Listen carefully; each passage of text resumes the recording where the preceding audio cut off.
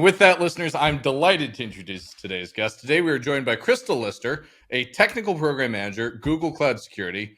Crystal, delighted to have you on the show. Thank you so much for joining us.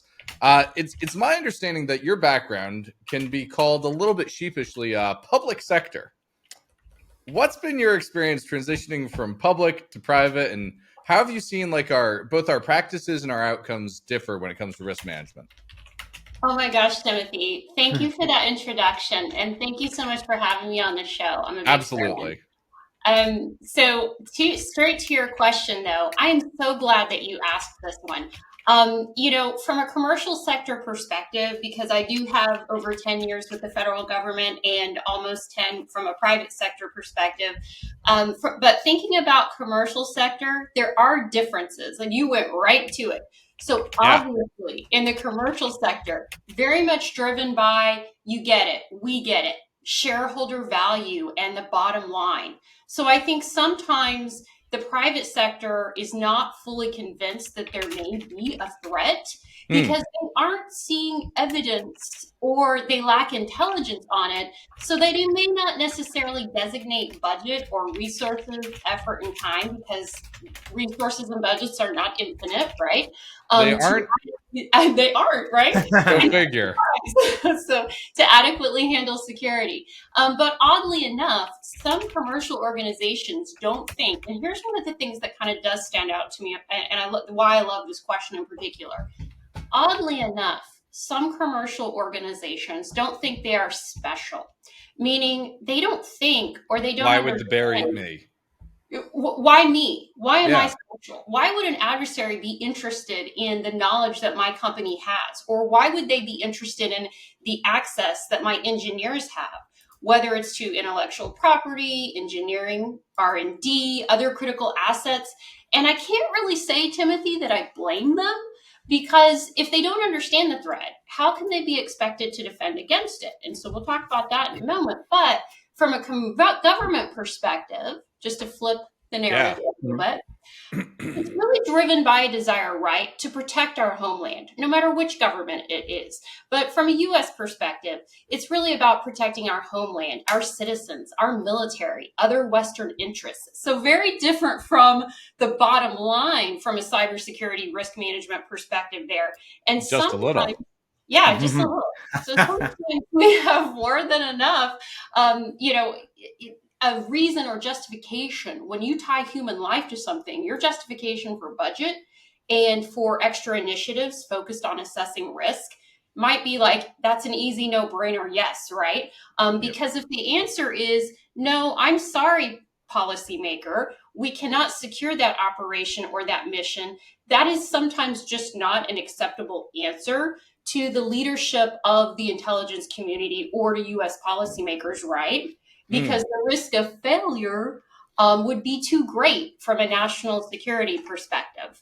So those are just a couple of no is not an option in that space. That makes sense. I mean, even today, it's some of the discussions about ROI for security or motivating people. Funny enough, the day we're recording this, we had a brief discussion on Twitter with somebody who said, what about those businesses who don't care about security and don't find any value in them? Like, that's still a debate in the mid-2020s that this would be some organization who say, yeah, cyber stuff is not that important. Like, sure, in the 90s maybe, but 2020s, I am surprised about that. Where are we still finding those people?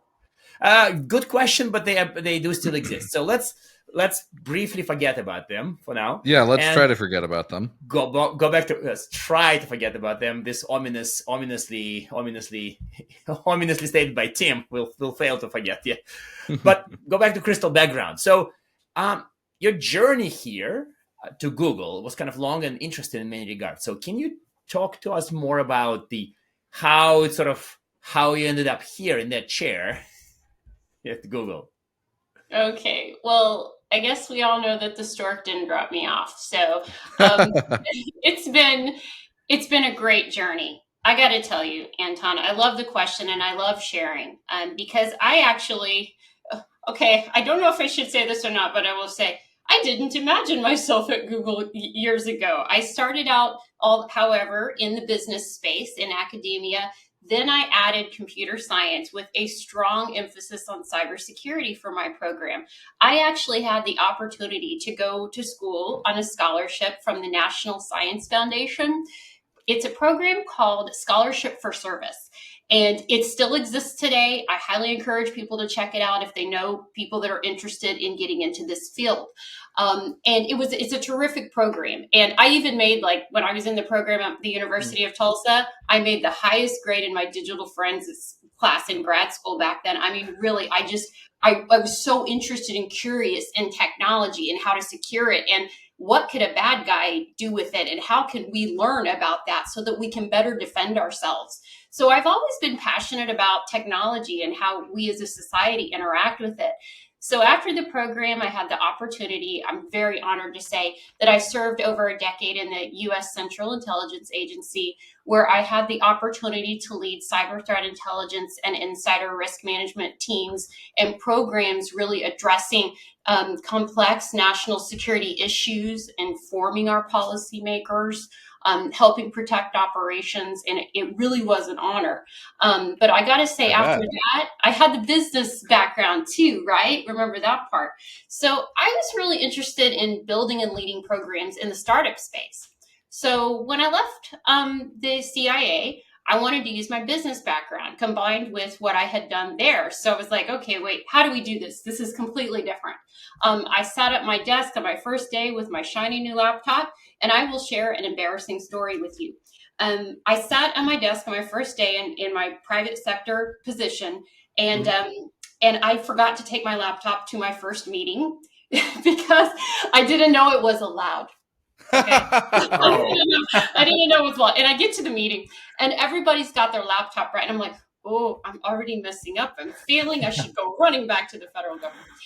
So I share that with you just to let you know that it's not always easy making these transitions, but I think for me it's been a great opportunity to use my skills. So during that time before Google, I co-founded and led 2 cybersecurity consulting startups. Needless to say, I had an opportunity to wear a lot of hats, which was really cool. I had the opportunity to provide cybersecurity consulting for customers in multiple verticals. So I mean, I had a blast. I got to support the space sector, oil and gas, which is near and dear to my heart because I am from the middle of the country, and I'm from a state and a hometown that depends on the cyclical nature of oil and gas, right? I also had the opportunity to support IT organizations due to the nature of my networks and being in cyber and security for so long, as well as other verticals. So very cool opportunities to engage with multiple verticals. And I think that for me, that was useful being a former federal employee, because I was able to see how different verticals approach security, but also how within their vertical, there's even key differences. Sure. That so let me pick at that a little bit. I think that's super interesting. I don't get to talk to a lot of former CIA analysts who are now at Google. How have you brought the CIA background into Google, and how have you informed your work at Google with that? What's that It's such an epic question, Tim, actually. Thank you. I'm really curious to hear what Just go straight for it, Timothy. Yeah, going in. Okay, so I believe, and really I've reflected on this. So I love the question, and thank you so much for the opportunity to talk about this a little bit and articulate how does all that translate? Because that's what I was thinking when I applied to the Google job posting. So I believe there are actually quite a few lessons learned from my previous work. Not only from the CIA, but also the private sector that helped me when I think about my cloud security journey here at Google. And one of the things that we're doing at Google is really laying the groundwork for cloud threat intelligence. Okay, I just think this is the coolest, right? So when I was at the CIA, I was in the Directorate of Intelligence. So at that time, I'm going to date myself, I was actually helping shape the ground level analysis narratives for what the agency was providing on a daily basis to the president and other policymakers and DoD leadership to inform their decision making. So really, I came in at a time at the agency back when they were laying out some of those foundational lines of analysis on threat actor technical capabilities, their tactics, their techniques, their intentions, their motivations. Not so different than what we're seeing with the shift from what are threat actors doing, because we've gone from, or a lot of people are, transitioning from on-premise to the cloud and adopting cloud native paradigms, right? So I think I find myself in a little bit of similar, not exactly the same, right? Because of the differences we talked about in your first question, to your point earlier. But I do find myself on a little bit of a similar journey where we're laying that cloud threat intelligence, not just for our organization, but also helping our customers and our users protect themselves. And I think part of the game here in threat intel that hasn't changed also is when I was federal, I learned how to synthesize very large quantities of technical data and sources of intelligence. That's what you do as an all source analyst. And quickly identify analyst. That's a cool. Yeah. And quickly identify patterns and trends. So those are some of the things that when we think about the cloud threat landscape today are very similar. We have a lot of intelligence teams at Google that my team partners with and that we work with, and looking at observations and insights and just as many sources as we can of cloud threat intelligence to help inform our internal defenders and our external customers. But also importantly, I don't want to forget is that informing decision makers and leadership. I mean, that's still part of it. I mean, that's the point of it, in fact, right? Like that's the whole point. Because hopefully we make different, better decisions. Right. I think providing that, it's really a neat place to be in. When you're providing that forward-leaning analysis of how to respond to a threat activity, and then find out and determine what is the best way to present that to a senior leader in an organization. So whether that's public or private sector. Anton, I think you've got the next question here. It's a really nice segue yes, from that. I do. And it's also something that's kind of further builds on that. And one of the things, funny enough, this call is kind of our second call with Crystal today because... Oh, is it? That's funny. Now, yeah, it is indeed really funny because she now leads the cloud Threat Horizons report effort. Oh, no kidding. And because I am a huge fan of the report, I obsessively read every one of them, blog about them. He does, it's true. He tells me about them. Yes. And so what is your how is your past informing this? And what are you thinking about how we're going to make it better? I mean, broad question here, so answer however you want. Wow. Oh, no, that's easy, Anton. Okay. Really? Okay. Oh man, nobody ever says that about his questions. He's just throwing the softer balls today. We're just getting warmed up, right? I think that at times what we have to think about is we don't know what we don't know about the cloud threat landscape, but we have to make calculated judgments and we have to draw that proverbial analytic line in the land somewhere. But we can do that in an informed way, right? And I think part of the vision and for the Threat Horizons report, and Anton, you and I have talked about this on multiple occasions, the TLDR, or the bottom line on the Threat Horizons report, is bringing that threat-informed research, data, and analysis and intelligence, bringing that threat-informed perspective to cloud security, to Google Cloud and other cloud platforms that our customers may be using. So I think that one thing I can share that I'm very excited about the vision for Threat Horizons report, because you did ask me to touch on that, is that this coming July is going to be the 10th iteration. I'm just going to say it again because... Oh, you're one of those confident people who likes to give dates on projects? Tim, you're a PM. Isn't it illegal to give dates? No, it's deeply impressive. It's really good. It's deeply impressive. It's deeply impressive indeed. Yes. I was like, she didn't say later this year. She said in July. In July. So what are we getting in July? Tell us about it. So in July, we're going to see the 10th iteration of the Google Cloud Threat Horizons report, which is an OCISO-sponsored report for industry that provides those actionable security risk mitigations based on what our Google Cloud security teams and experts, other Intel teams and partners are seeing in the cloud threat landscape. And as I mentioned, I think The reason why I said that date twice, that it's the 10th iteration twice, is because there is a lot of work and effort that has gone into making this the premier report and offering for our customers and users that it is. So it gives us an opportunity to apply our expertise to help them protect their cloud infrastructure services and technologies, right? And I think that's just really a great opportunity. So for this iteration, just a little bit of a preview. It's going to be focused on threats to serverless computing. Ooh, that's a good area. Mm-hmm. When you That's say a fun one. serverless computing, what do you mean? Because that can mean a lot of things to a lot of people. We're gonna have another episode now. Sorry, that's a whole nother episode. I'm I'm going going to to skip that. with Yeah, we'll bring it back in July, listeners. I don't want to go down that one right now. Okay, so I want to shift gears a little bit and get away from cloud and serverless and ask about Insider. Ominous. I'm We sure need to have when an you were in ominous the pause. Fed- Wait a second. You forgot the ominous pause. Insider. I'm sure when you were in the federal government, Insider was a scary thing. Are people still worried about Insider outside of the feds? And what kinds of companies, in your experience, ought to be worried about it?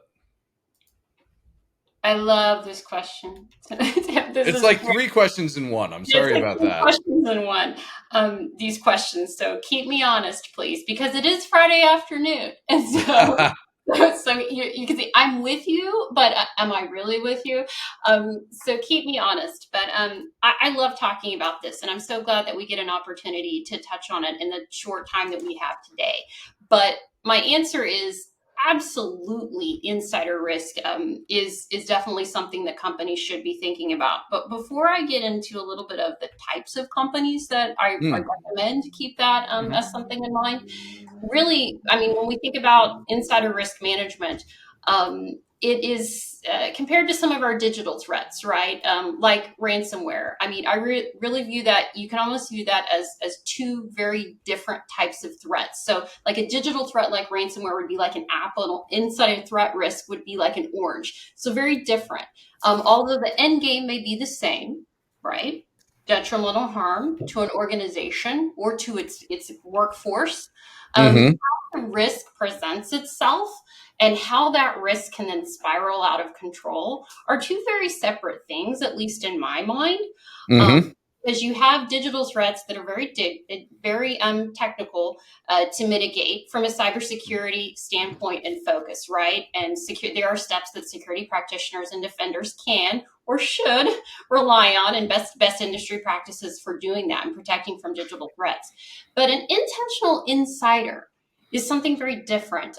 It's different because an intentional insider can be even more complicated to detect, prevent against. Because if you picture like an intentional insider threat could be the coworker sitting next to you in in your office or your bullpen. They could be riding the elevator. It could be Anton.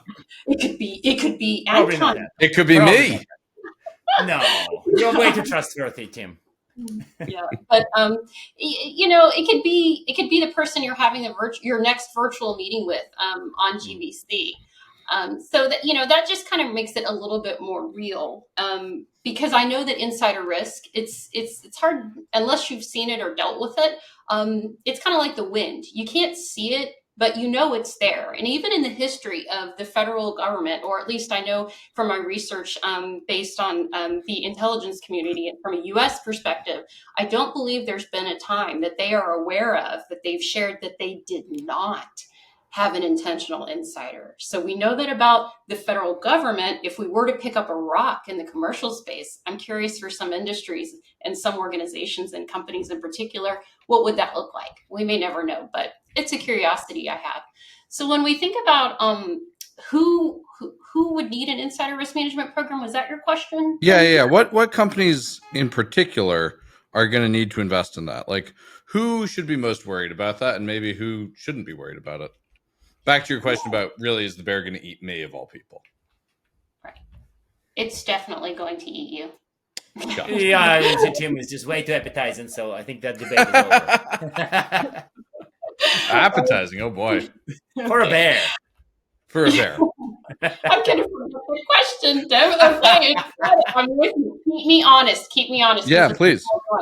So when we think about the types of industries that would benefit the most, how about this, Tim? Let's take it from this perspective. And Anton, you jump in too. I want to know what you think. Um, when we think about, well, who needs insider risk management? I'm not going to be biased and say everybody needs insider risk management because frankly, that just may not be true. But when you think about, it starts to get easier to answer, right? When you think about heavily regulated industries, companies that deal with sensitive technology, or where there's ITAR or ear information because fines like for exporting things that you shouldn't be or companies shouldn't be, those could be kind of heavy, right? And you can't just, or maybe you shouldn't just hand over your technology or export it to some foreign countries because you'll lose your competitive advantage. So really, if you lose your IP for some companies, that means they're going to lose their business, right? I think it's really important that leaders of a company understand and define insider risk management, and then agree when they think about insider risk, what areas of the company actually would need to be in scope for something like that. Is it R&D? Is it finance? Is it both? Is it something else? Because our companies look so different now, because almost every company today, whether they want to admit it or not, I mean, we're all in the business of data at this point. A lot of companies are finding themselves in the business of data just due to the nature of the world we live in today. So I think that identifying what those critical assets are that could most harm your company, if they were, are they vulnerable? How would you protect them? I think companies have to make that that decision for themselves, obviously outside of heavily regulated ones. Yeah. And I guess think this is one anchoring of those, an IP. Yeah, good. No, go ahead. I think anchoring an IP is a really good idea, because I feel like nowadays when we look at AI and models, there are certainly types of IP that are so portable and so easy to steal that is almost makes sense to your choices: pay an insider 10 million or pay for a development and training the model 100 million. I can see where this becomes with this ties to this type of new types of IP that are very stealable and very portable, where you get all the value if you steal it. So I can see that reviving the insider threat aspects. And of course, when I say insider, I really just mean the intentional insider. I think the other kind is okay, but not as fun as the actual, either somebody planted or bribed or something. Okay, this is a really fun episode. We should do an insider threat. Yeah, we should do a whole other episode, Crystal. Yes, we've got 2 episodes coming out of this. We got an insider episode, and we've got a serverless compute episode. Anton, you've got one more question about some of Crystal's work outside of Google, and then I'll close this out. Yes, this is an important one. You also involved with women's sponsorship program in DC, and given we want to talk more about you as a person and not just a topic, of course, we would never stop talking about insider threats. But this aside, can you tell us more about this part of your work and this type of your person? Absolutely, Anton. Thank you for the question. I can tell you and share with you and Tim that one of the things that I love working about at Google is the opportunities and the support to give back to our local resource groups, and the support that I receive from my leadership team to mentor women in the cybersecurity field is just phenomenal. It's very refreshing to be at a company that supports that. And one of the initiatives that came out of me kind of looking for opportunities to support women and Googlers in my region, and came from starting to talk to other Googlers in my region about how could we do that. And we identified that there was a need for a women's sponsorship program in the Reston and DC area. So we put together a program management team. Jeanette Monfra, the director of Google Cloud Risk and Compliance, generously offered to be our executive sponsor for the group. We have an incredible program management team for the effort, and we work closely in partnership with other Google women ERGs in our area to do that. So just this year in April, actually last month, we did a dark launch for the program where we matched successfully 6 pairs of sponsees and sponsors.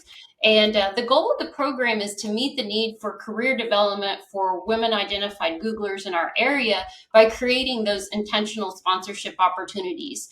And so we're very excited to have this effort and be a part of it. So thank you for asking. Yeah, I love that answer. That's great. I hate to do it. I really hate to do it. Could you give us one tip to, gosh, I don't even know what to ask you for a tip on. Anton, what do we Insider want to tip threats. on? Just go for insider right, threats because this is the one Insider. that, yeah. And any recommended reading? Okay, one tip on insider threat. Okay, Yes, please. This is a tough one because there's so many. I guess I would have to go with leadership agreement on. I've seen in my time as a cybersecurity consultant prior to joining Google too many times where senior leadership doesn't agree on what the critical assets are at their organization.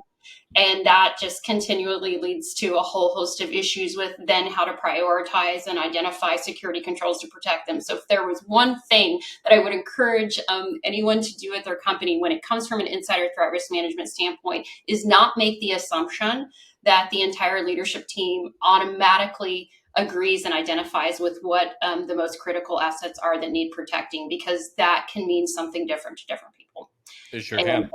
From a reading recommendation perspective, I'm going to go with an oldie but a goodie, really digging out from my past here. I get a lot of questions because I was an all-source intelligence analyst for the U.S. government on how do I get started in this, or what would a basic starter foundation book be? And I think one of the first books that was given to me during my training with the federal government was The Psychology of Intelligence Analysis by Richard Seur. And it just kind of is going back to the basics here on threat intelligence. That could be cyber, that could be economic, that could be political, that could be military. But I really think it lays a good foundation for how to get started in the field. Well, that's amazing. I'm going to have to get a copy of that and check it out myself. Crystal, I can't thank you enough for joining us today. Thank you so much. This has been so much fun. I really appreciate it.